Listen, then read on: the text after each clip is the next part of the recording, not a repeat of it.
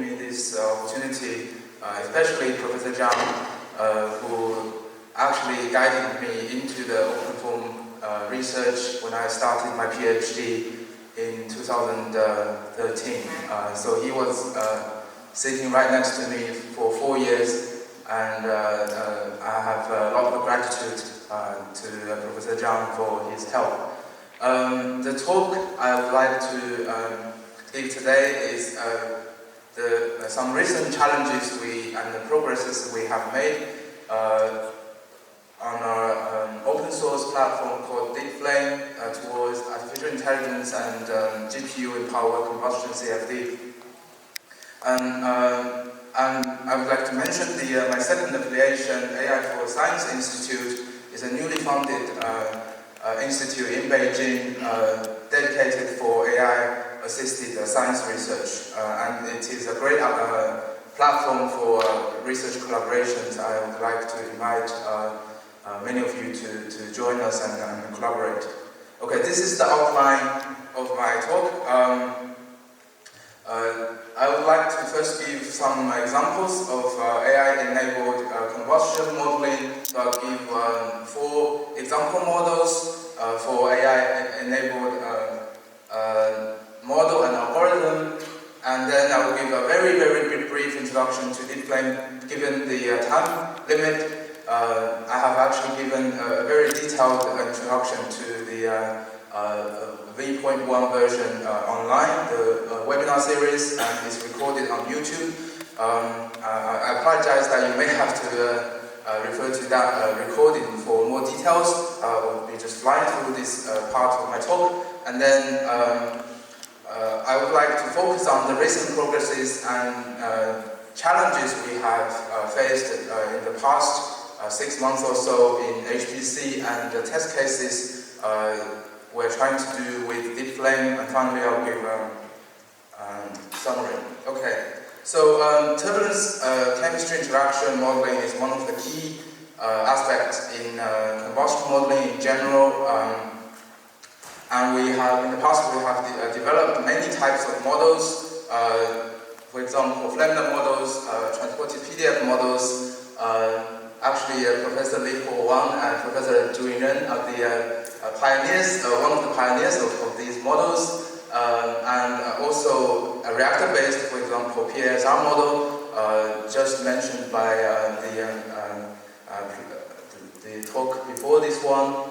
And I would like to focus on one small aspect of Flamelet modeling, which is that it commonly relies on a strong assumption on statistics of turbulence scalar fluctuations follow a presumed distribution, and we often use a beta PDF to model this distribution of turbulence scalars. And here I'm showing some direct numerical simulation examples to show that for mixture fraction and Gross variable, these are the common scalar turbulence scalars we have in turbulent combustion simulations, and we can see a strong correlation from the DNS.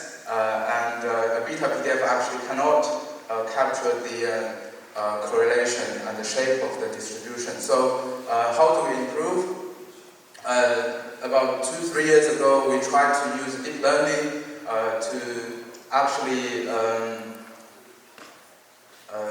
recover this distribution, this PDF from the deep neural network, and we have seen a good improvement over a independent double PDF, double beta PDF, or a coupler method. And on a quantitative perspective, it also gives a much better agreement with the DNS when we use the DNN. And what we really care about in turbulent combustion modeling is actually the filtered reaction rate in the context of LES, for example, and we would like to see how much the PDF can actually influence the overall reaction rate prediction. And this is recovered from the DNS and the models, and this is a priori assessment, and we can see the DNN, so the red dots, the red squares, and they actually give a considerably better agreement, about 20%.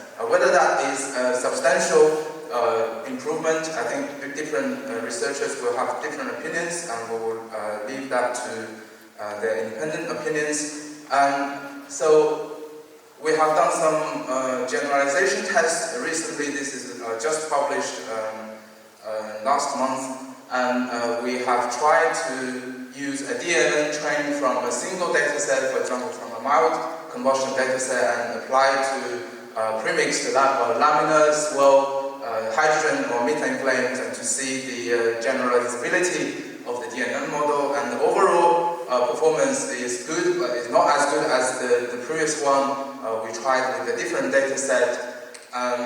But we do improve this agreement when we add a fine-tuning. This is actually very similar to the big model, the big AI model concept we are seeing nowadays. Basically, you pre-train a very, very large model, and then you use a very small amount of sample to fine-tune your model, so you get a very fast improvement without having to retrain your big model using a lot of computational resources. And the next model I'm going to mention, this was done by a master student, and actually I would like to mention he is not combustion background. He did mathematics and statistics, but within 1 year of time he actually managed to do this without any combustion or fluid background. So this is actually giving an example of the opportunity AI methods has really bring to us. So everyone can do 5 minutes of AI. So this is the key I would like to mention, and we try to train a deep neural net model for the FGM.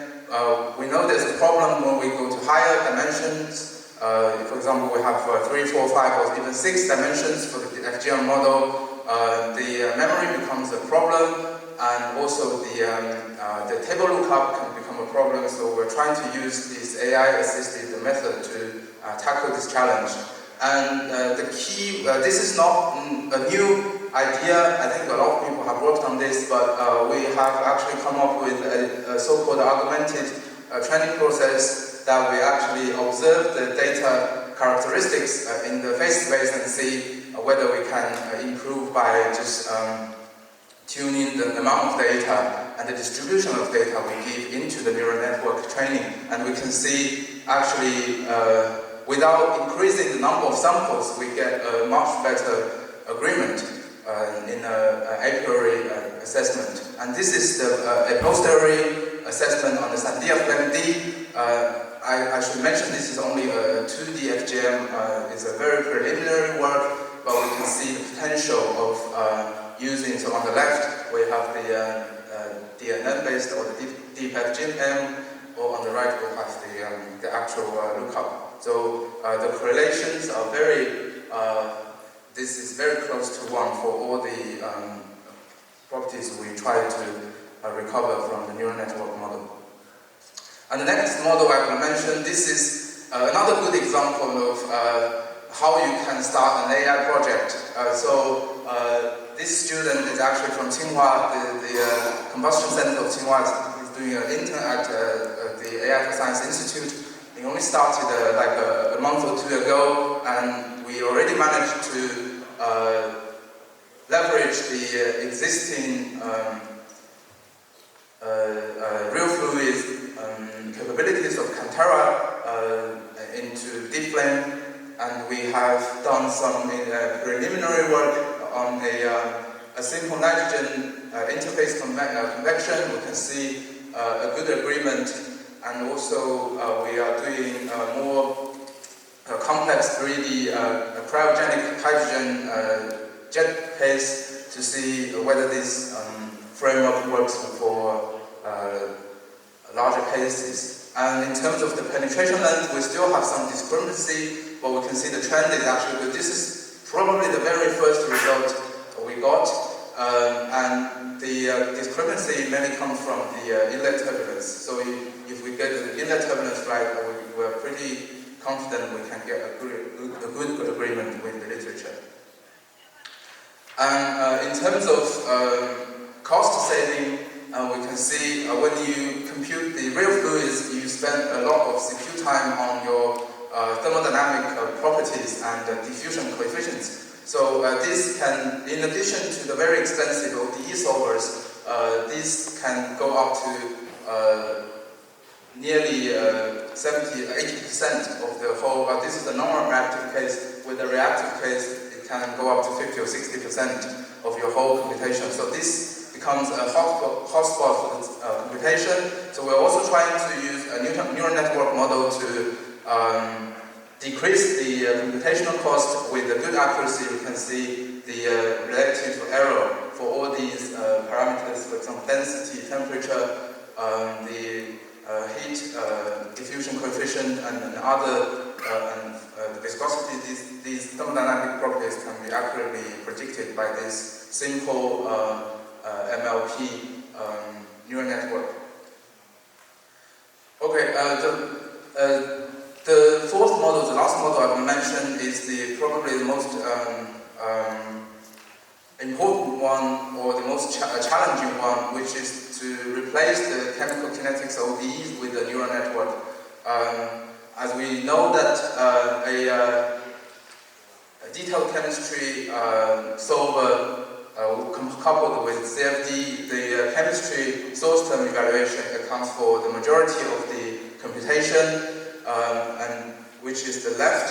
So without the DNN, we can see a large part, over 90% of the time spent on the chemical source, and with the DNN, we can see the speed up is very promising. And this is a collaboration with Professor Chongqing and Professor Xu Zhixin from SUSTech and Shanghai Jiao Tong University.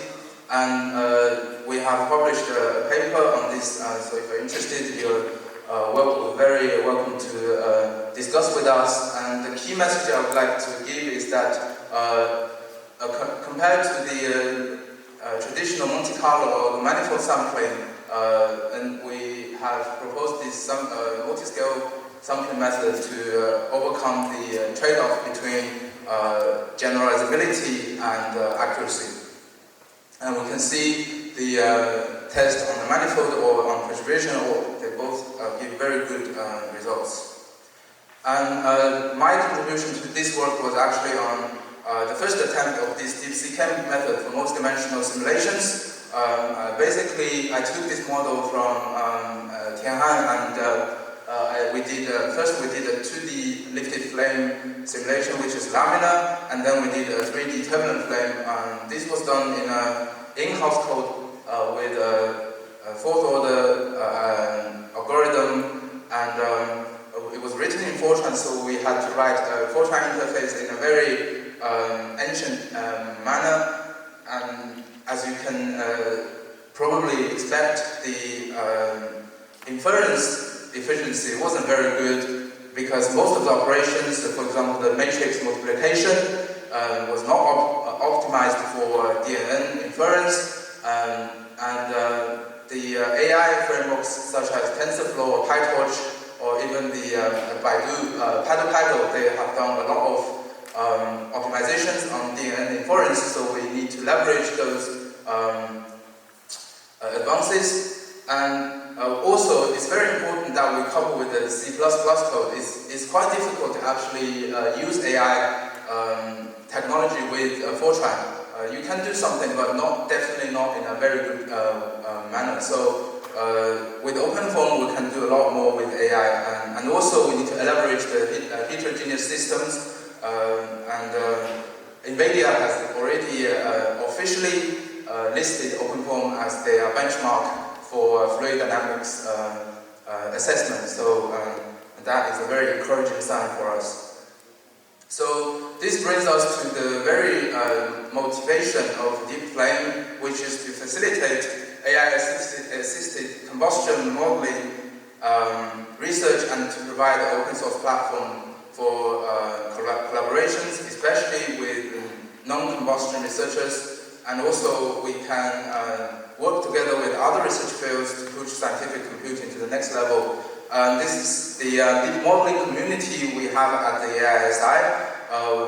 DeepFlame is only one part of this whole community. We also have MD, quantum mechanics, molecular force field, density functional theory, and all these different scales computations, and we can work together on this AI for science era.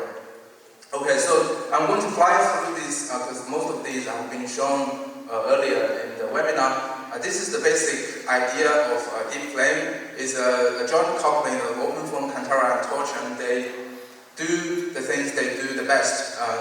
And then a very simple ideology is that we want to simplify the learning curve for non-combustion background developers, especially from AI, HPC, or even computing chip hardware. So we have actually done a lot of simplifications to the complex OpenFOAM libraries.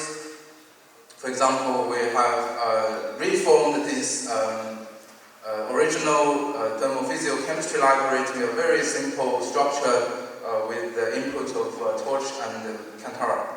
And this is also reflected from the simulation inputs. We don't need a lot of dictionaries from the constant folder, and now everything goes into one dictionary called Cantara Torch, and this is also very simple to set up. Okay, and this is the basic framework. We have 4 essential layers, and we released the first big version 1.0 last November, and we have further developed, so now the latest one is 1.15, and we have, I believe some of you have contributed to this star number. I would like more if you have not done so yet. And we have also done a documentation website, and this is maintained actively by our members at AISI. So this can ease the installation, tutorials, and even contributors to the source. We have a full guidance on this. And we have the V1.2 to be released on the 3rd so end of this month. We aim to release one big version every 3 months, and for each of these releases we have a very detailed documentation, so you can look up and see what we have done publicly. Okay, some validations. I'm going to jump through all these very quickly. So 0D validation, 1D planar premix flame, 2D triple flame, they all agree quite well with the CVOD solver, the DNN, and also 2-dimensional flame propagating in homogeneous isotropic turbulence, and 3D TGV with flame. And also we have a high-speed solver called high-speed foam. We can do these shock tube problems and detonation problems.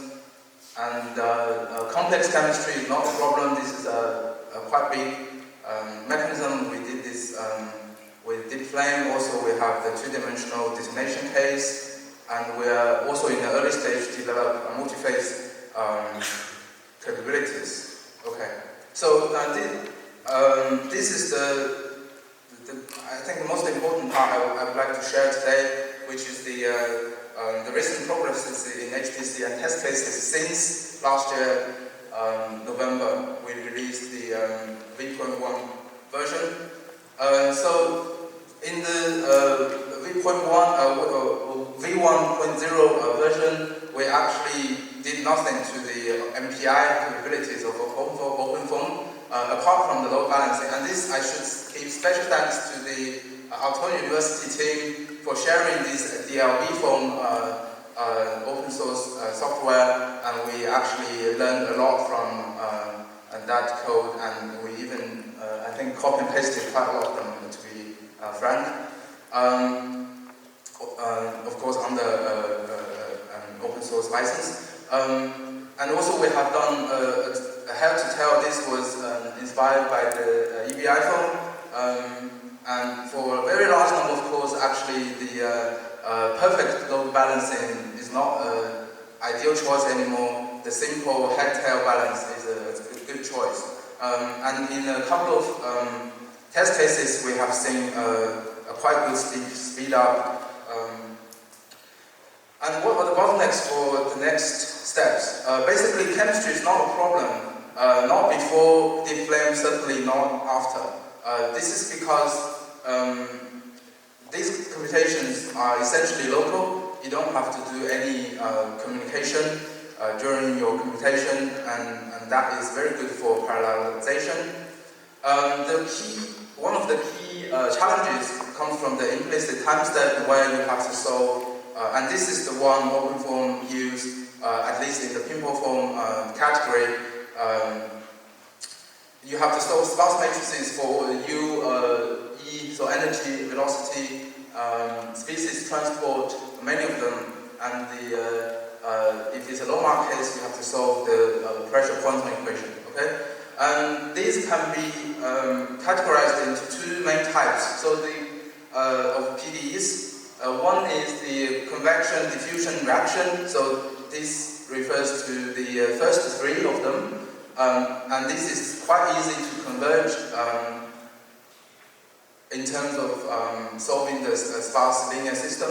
But the Poisson equation for pressure is quite difficult, and that is the main problem for the parallelization, large scale.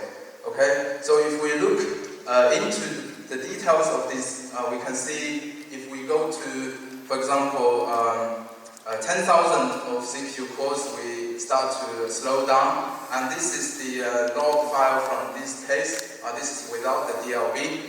We can see actually it takes a lot of time to converge, and the key barrier here is the conjugate gradient method and the multigrade method. They all require MPI or reduced operation, which is the devil really for large-scale computations. And we did a detailed profiling on TGV case, and this is the code flow. And we can see the blue, which is the communication, CPU communication, that accounts for a large part of this computational time.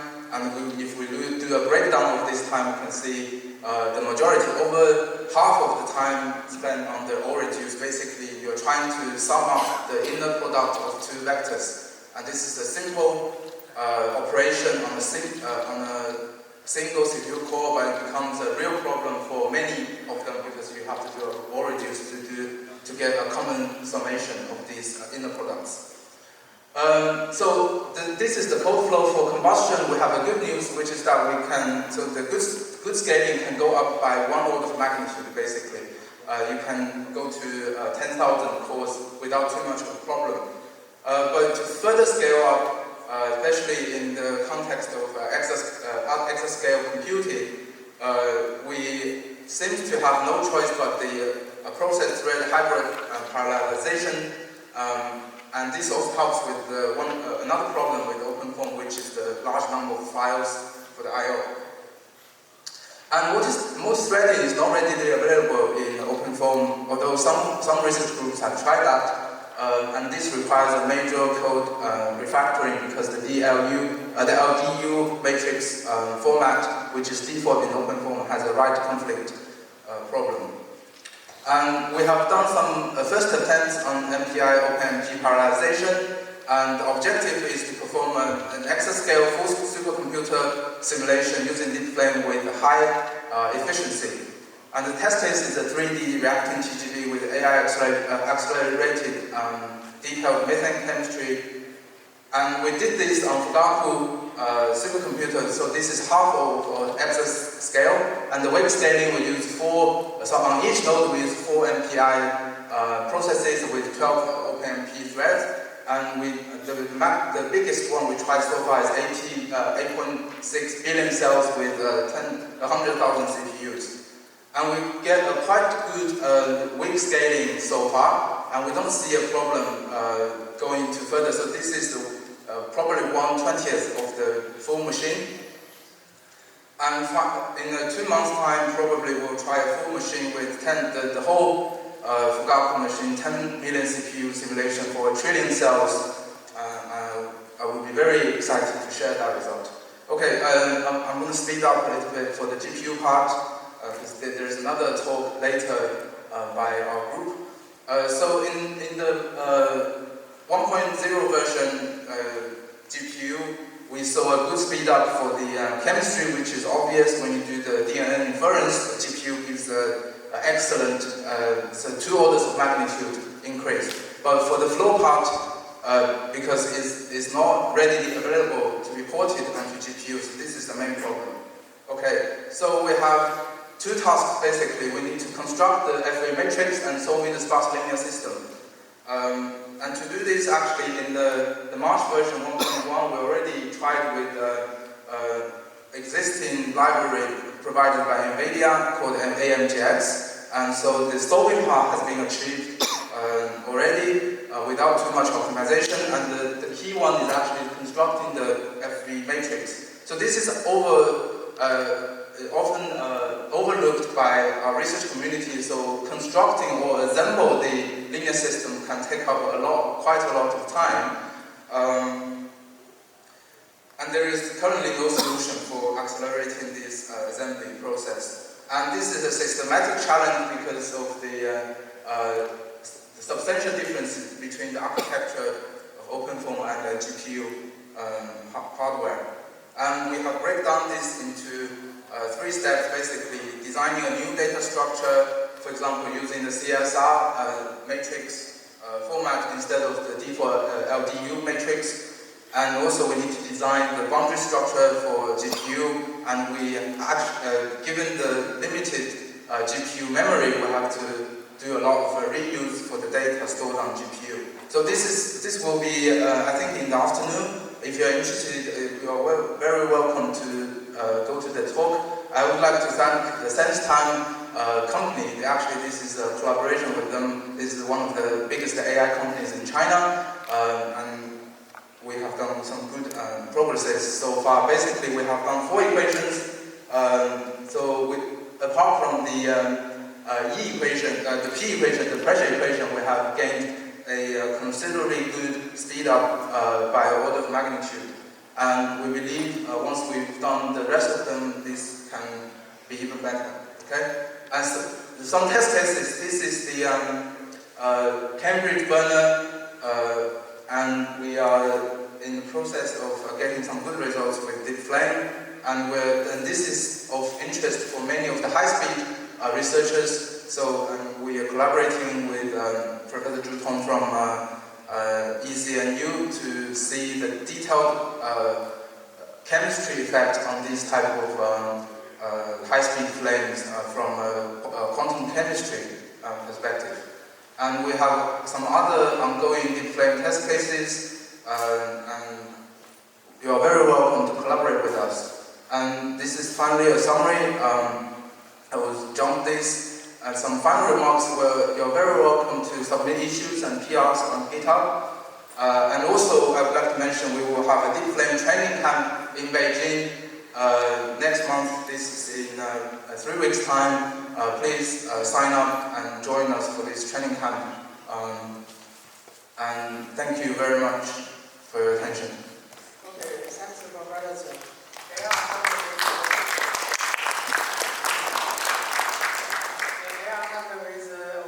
CFD is a very hot topic recently, and this is a very interesting presentation. So our event is the DeepFlame lesson. Okay, DeepFlame for many years. So we know that if we develop the DeepFlame-based model, the machine learning model, we need to large number of little data. So for the industry, applications, so what's your opinion, or what's your opinion about how to efficiently collect so many data to train the model? Okay, thank you.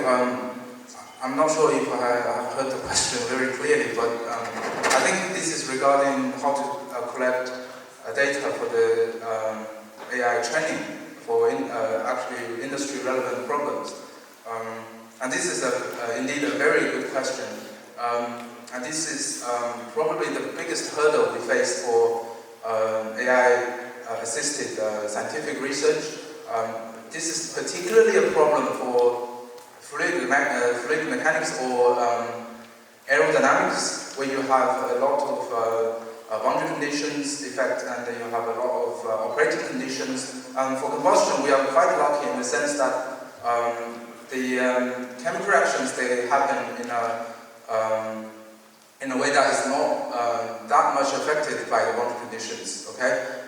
For example, this share the same idea with the plenary talk. You can do a lot of partitioning or grouping for your cells, and this is essentially that if you have some information for your operating condition and the case, for example, if we're talking about an aero engine, for example, you would know your operating conditions. For example, this is 15 bar, and your inlet temperature, and this is probably, I don't know, 500 or 600 degrees. And also you know your fuel. This is likely to be kerosene, RP3 kerosene. If you know all this information, you can actually construct a good data set for your learning. This is not quite enough for you to give a very accurate description of the whole system, but it's already enough to bring down the computational cost by quite a lot. Yeah. Thank you. Thanks for the reply.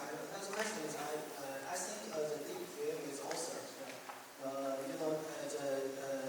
so what's your opinion to immediately using the DeepFlame to solve partial differential equation in your DeepFlame model of OpenFOAM? So what's your opinion about this?